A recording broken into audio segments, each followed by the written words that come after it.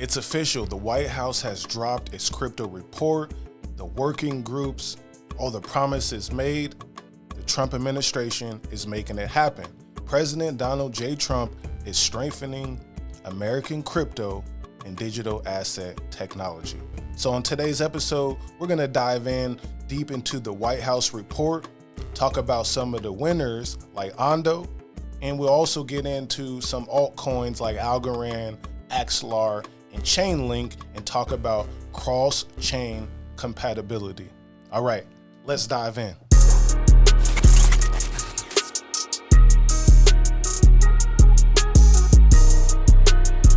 This is directly from the White House website. The American story is one of innovation, from the railroads that linked sea to shining sea to the internet that connected the entire world. American entrepreneurs have led the build out of the next generation technologies, and every generation since its founding. Crypto should be no different. So this is the report right here. Nice opening paragraph. The report is right here. So if you want to check out the 186 page report, feel free to do that. I'm going to hop into the facts sheet and we'll talk about what's happening. So the president's working group on digital asset markets releases recommendations to strengthen American leadership and digital financial technology. And then again, this is the this program here, this working group. The golden age of crypto in the United States was established by President Trump's executive order, strengthening American leadership in digital financial technology. And he said he was going to be the pro-crypto president, and he has delivered.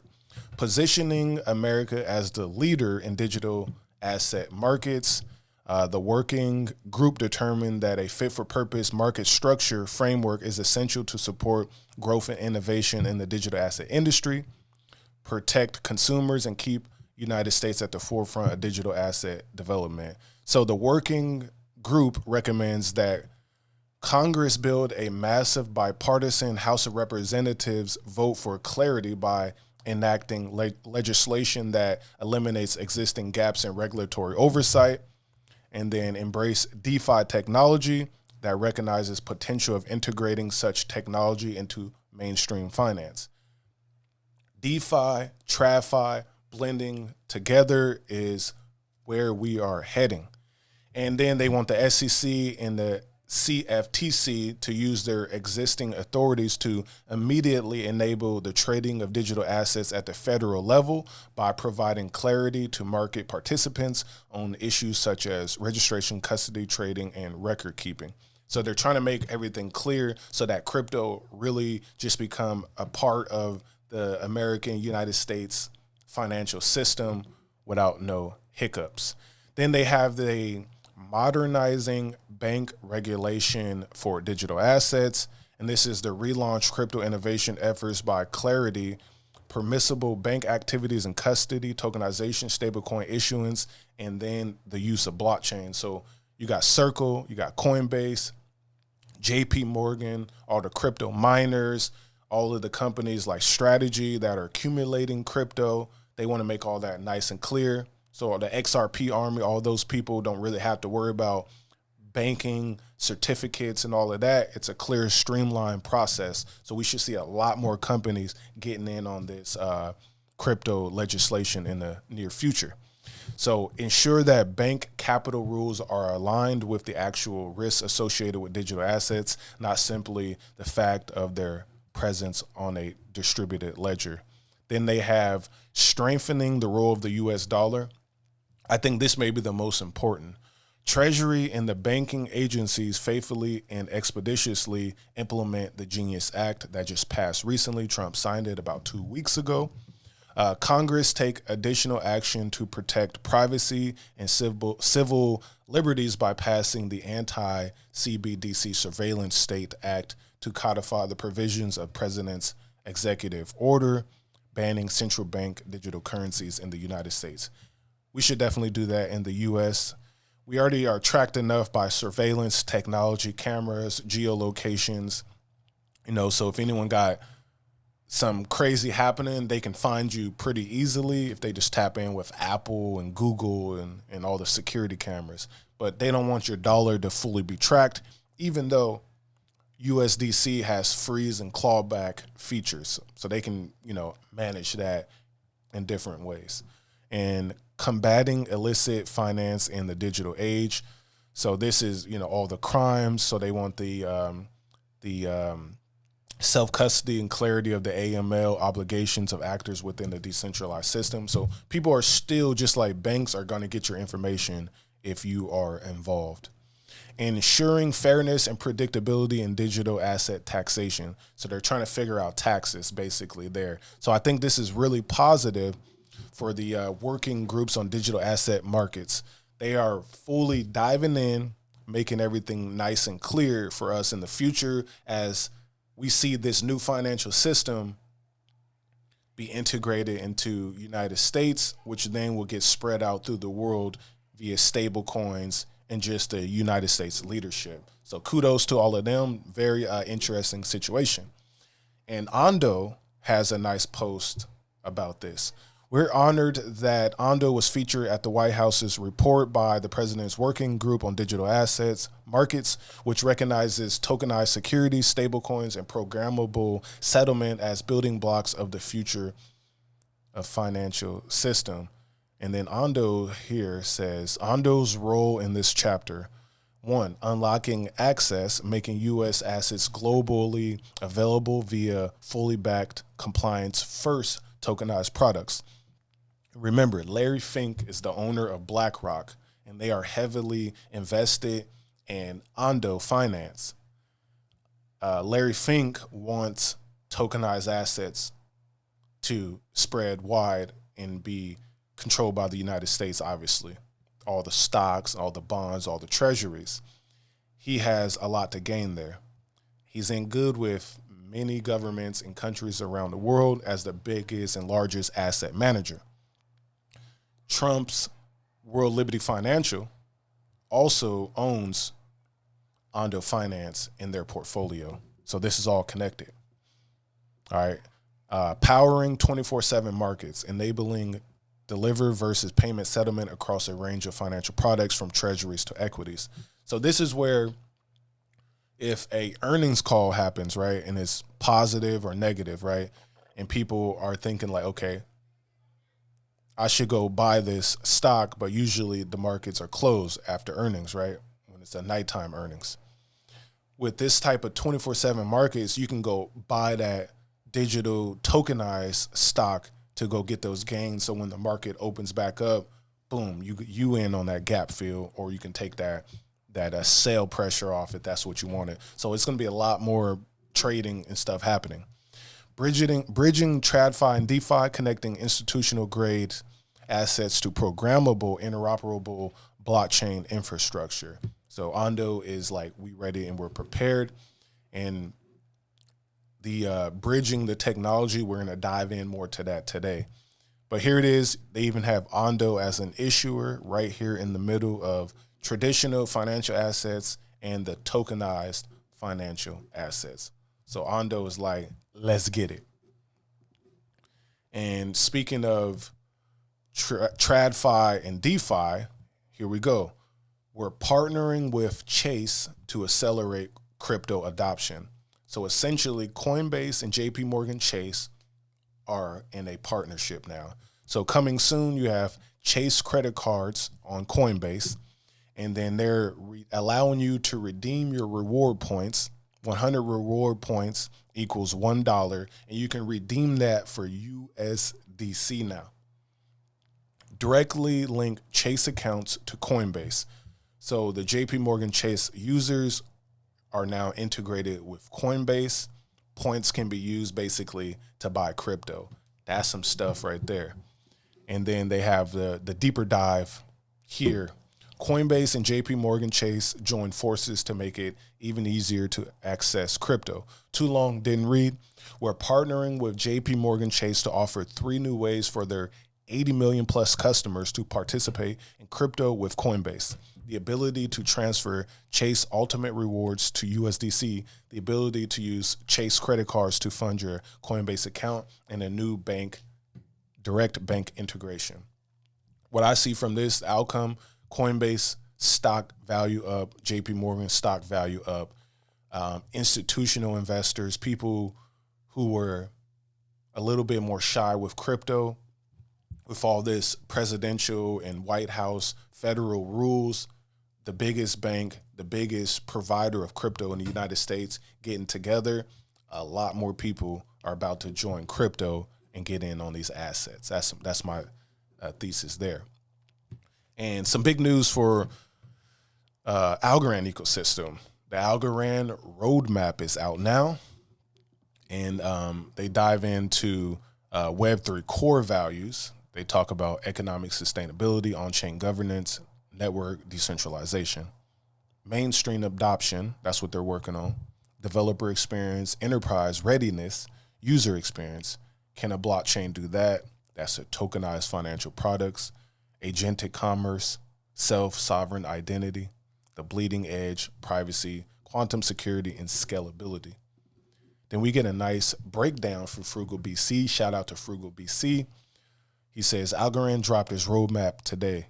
There was a lot. Here are 5 big takeaways that I thought were worth noting. Let's dive in. Algorand is moving to the USA. Smart. So they're going from Singapore to the United States. They're exploring what state to move to specifically. Midwest is nice, I hear, and it would severely cut your CA exec, just saying. So he says go to the Midwest, but the U.S., they have major partnerships with the World Chess. They will launch their rewards system on an Algorand wallet that is whitelisted for them. So 1 million users will be using Algorand once it goes live. That's very interesting. Then you have Rocket Wallet, a new Algorand wallet that is designed to hide the tech, my terminology. Can't recall that wording exactly, but that's big, hiding the tech. Then you got peer-to-peer gossip. It's been here. It's on mainnet now. So that's for more developer type situation that allows the network to operate without relay nodes.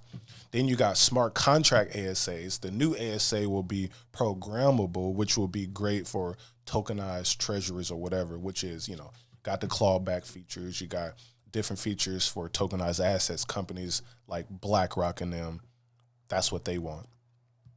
Well, that's it, but wait, there's more. And then he says, Steve Jobs fashion CMO Mark announced that there will be a new retail-focused campaign called Algorand. So a retail-focused campaign, which will focus on highlighting projects in the space with quests and prizes. So there we go. You got the Algorand roadmap out, and they are making some waves. So this was a process that took a little while. It is finally here, and now we should see a lot more businesses and retail exposure from my understanding. All right. And then earlier I mentioned cross-chain compatibility. Algorand's focus on that base, the White House, everyone wants to make all this blending of the system a lot easier. So we're going to dive in on Axelar. Axelar is a decentralized network and development platform securely connecting the world's blockchains and financial infrastructures. So this is something Ondo, the White House, they want TradFi mixing with DeFi, all the blockchain systems to be easily interoperable. So you got live now, Axelar is the core platform linking XRP Ledger, XRPL EVM, and the XRP token to the world. So they're working with XRP Ripple, right? So you got wallet integrations, DeFi integrations, Osmosis, Frax, PancakeSwap, Uniswap, Lido. Then you got RWAs, Circle, Centrifuge, Ondo, right? Enterprise, Microsoft, Onyx by JPMorgan. We just mentioned them with Coinbase. Then you got MasterCard is everywhere. Infrastructures, modular blockchains like Celestia, Filecoin. So, and it says 150 plus integrations across 9 verticals, and I read off many of them here. So Axelar is the programmable, scalable, secure, interoperable blockchain. 10 billion transfer, 2.5 million transactions, 70 blockchains, 1.3 million SDK downloads, 75 validators. And again, working with the likes of JPMorgan, XRPs, all of the platforms. So Axelar is there as a technology provider, right? So understanding Axelar, a comprehensive overview. This is something y'all should check out. This is even from a few years ago, but they have show improved. Axelar is more than a bridge. It offers the ability to program cross-chain logic and pass arbitrary data. The upcoming Axelar virtual machines out now will allow permissionless connection of new chains. Axelar's interchain token service is a testnet which supports cross-chain transfers of native tokens rather than wrapped ones. And that's what's important. They're doing what people want. You just want your Ethereum on whatever chain, your XRP on whatever chain. You do not want wrapped, you want the thing. And this is what this technology is doing.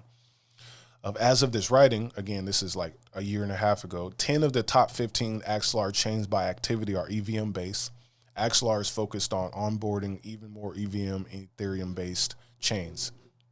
And again, you see that here. Axelar got 70 blockchains now that they're working with. That's Axelar. And after I cover the next two, we'll even go into the tokens. Then we have Chainlink, the standard for on-chain finance. So you got Axelar making his ways for programming token transfers, the technology that is bridging the gaps. Chainlink is similar, but it's an oracle. So the standard for on-chain finance, they're more focused on the finance part as well. Join leading financial institutions and top DeFi protocols and power your blockchain use cases around tokenized assets, stablecoins, payments, settlement, and more. So they're dive in onto the on-chain finance part in particular. So the Chainlink platform purpose-built for on-chain finance. Chainlink is the only platform capable of connecting financial institutions and blockchains to the secure data, cross-chain interoperability, and decentralized compute they need for advanced on-chain applications. Trusted by firms like Swift, Euroclear, and Fidelity, Chainlink has enabled tens of trillions in on-chain transactions across tokenized assets, DeFi, and capital markets. So a lot of y'all are probably familiar with Chainlink, like definitely. But tokenized assets, big institutions, that's what Chainlink's working on. Why is Chainlink the global standard? Solving core challenges of on-chain finance, trusted by leading financial institutions, built for security, reliability, and scalability. So here we go. That's Chainlink right there. And they're all about digital assets and essentially the finance part of crypto. So that's Chainlink. Now we have Wormhole. I would say Wormhole is more similar to Axelar. Wormhole is the leading interoperability platform connecting traditional finance and the internet economy. You see Pipe there, Apollo, BlackRock, VanEck, Securitize, AMD, a lot of different companies, Google Cloud that they're connected to. This is about transferring tokens. So they're all slightly similar, but a little bit different. So Wormhole, native token transfers, that's the main thing. Again, make any token native and not necessarily wrapped.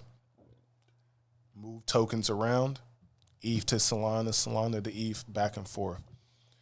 That's what Wormhole is on. Uniswap's most used multi-chain protocol, Wormhole was the only unconditionally approved cross-chain protocol by Uniswap's Bridge Assessment Committee securities expert. So their main thing is like, we got this security, we secure. We are secure when we're doing token transfers. So Axelar got competition definitely with this one, a little bit different from Chainlink. Now, we brought up Axelar, Chainlink, and Wormhole. let's go look at the token prices, and we analyze a little bit, and then I'm gonna kind of rank them to see how y'all would feel about this. All right, so we got Chainlink right here, all-time chart, dropped in about 2017 or so, went crazy. 2021, retraced back, pretty decent right now. All-time high of about $50, $11 billion market cap. So sitting at 16 right now. So Chainlink is looking strong. It's a nice looking chart. I like Chainlink. So Chainlink, so far, I'm approving of the technology in the price action. Then we got Axelar. Axelar launched in 2022. It's pretty new. It didn't come in at the best time. Chainlink launched right then, a bull market happened basically in 2018. Axelar came in a bear market, right at the start of a bear market. So I'll give them some points for that. Survived and then went crazy in 2024 last year, about a $2 or so high. It's at 33 cents. And as of now, the performance isn't the best. This could be a good counter trend recovery crypto right here. It looked like the bottoms are about 30 cents. So we're here close to the bottom. And then the final one we have is Wormhole. Wormhole's token dropped in 2024. So very recent, $300 million market cap. Axelar is 340. So look, these two are more comparable with technology plus market caps plus price action, not basically. So looking at this one, we don't know where the bottom is at. It's at the all-time low right now. Again, Axelar's bottom, you can kind of see it at 30 cents. Chainlink's bottom, I would say the new bottom would be more like $5, $6, and it's much higher than that right now, so maybe even 10. So in my opinion, Chainlink's technology is more on-chain finance, RWAs, that's where we're headed, and I like the chart. Chainlink, I will give it #1 position for this interoperability platforms here. So I like Chainlink. I like Chainlink chart, technology. Then #2, I would say Axelar. I would take Axelar as the #2 in this interoperability. I use Axelar's, technology on osmosis a lot of times, and it's very smooth, very good. So I like Axelar's technology, and then I'll take the price chart where it's at the bottom, #2. #3 is definitely Wormhole. Personally, I wouldn't even touch this. We don't know where the bottom is at, and I have used the technology on Base and other platforms, and Algorand just implemented the Wormhole technology with folks finance. So that's what I got for cross-chain interoperability, the platform technology, and the prices. Y'all let me know what you like. But again, for me, it's Chainlink, Axelar, then Wormhole. All right, y'all, that's what we got. It's been an explosive week for crypto. We got a slight pullback too right now. So I know people are going to be positioning themselves in certain coins that they've been wanting. However, the White House is definitely laying the foundation for crypto in the United States, on-chain finance, real-world assets, the United States being the leader in crypto blockchain technology. Make sure you hit that like button. Make sure you subscribe. I appreciate y'all for tapping in. Until the next time, y'all, peace. Passive income, gold in my dental, thank God for my mental. Investor fundamentals, told my girl it was simple.